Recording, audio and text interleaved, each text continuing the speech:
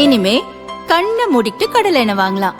ஏன்னா மந்த்ரா கடலை எண்ணெய் இதயத்தின் தயாரிப்பு. வறுக்க பொரிக்க ஏன் எல்லா சமையலுக்கும் மந்த்ரா தான். மந்த்ரா கடலை எண்ணெய், அபார ருசி, ஆரோக்கியமான உடல் நலம். திமுகவில் நேற்றுடன் விருப்ப மனு தாக்கல் நிறைவு பெற்றது. பொதுவாக அமைச்சர் தொகுதிகளில் போட்டியிட விருப்பம் தெரிவித்து வேறு எந்த திமுக நிர்வாகிகளும் மனு தாக்கல் செய்வது கிடையாது.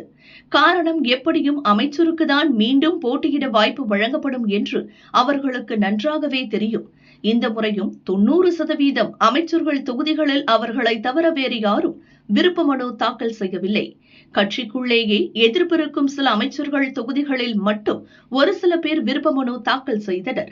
ஆனால் மதுரையில் அமைச்சர் தியாகராஜனின் மத்திய தொகுதியில் நகர திமுக நிர்வாகத்தில் உள்ள பெரும்பாலான நிர்வாகிகள் போட்டி போட்டு விருப்ப மனுக்களை அளித்துள்ளனர். அங்கு கட்சியினர் ஆர்வத்தில் அளித்தனரா அல்லது அமைச்சருக்கு எதிர்ப்பை தெரிவிக்க அளித்தனரா என தெரியாமல் திமுக தலைமை குழப்பமடைந்துள்ளது. இது பற்றி மதுரை திமுக வட்டாரம் கூறியது, சீனியர் அமைச்சர்கள் வேலு, நேரு, தங்கம் தென்னரசு, சாத்தூர் ராமச்சந்திரன், மதுரையில் மூர்த்தி என பலரின் தொகுதிகளில் வேறு யாரும் விருப்ப மனு அளிக்கவில்லை.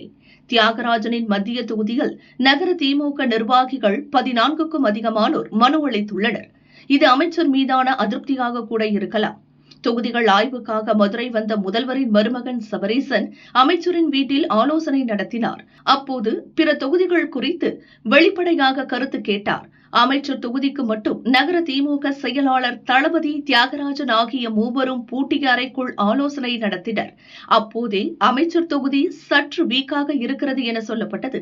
மாநகராட்சியில் மேயர், மண்டல தலைவர், நிலைக்குழு தலைவர் என ஆதரவாளர்களுக்கு பதவிகளை வாரி வழங்கினார் அமைச்சர்.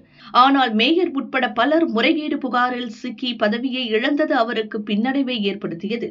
நடுநிலையான நிர்வாகிகள் அமைச்சர் மீது அதிருப்தியாக்கினர். மேலும் தொகுதிக்குள் செல்லும் போது கவுன்சிலர்கள் யாரும் வரக்கூடாது என உத்தரவிடுகிறார். நிர்வாகிகள் சிலருக்கு மட்டும் அழைப்பு விடுத்துவிட்டு சீனியர்கள் பலருக்கு தகவலே தெரிவிப்பதில்லை. இதுபோன்ற காரணங்களால் மதுரை மத்திய தொகுதிக்கு திமுக நிர்வாகிகள் விருப்ப மனுக்கள் அளித்துள்ளனர் என்கிறது மதுரை திமுக வட்டாரம். அதே நேரம் அமைச்சர் தியாகராஜன் ஆதரவாளர்களோ கட்சி ஜனநாயகத்திற்கு இது சிறந்த உதாரணம், அமைச்சர்கள் தொகுதிகளில் விருப்ப மனு அளிப்பது வழக்கமான ஒன்றுதான் என்றனர்.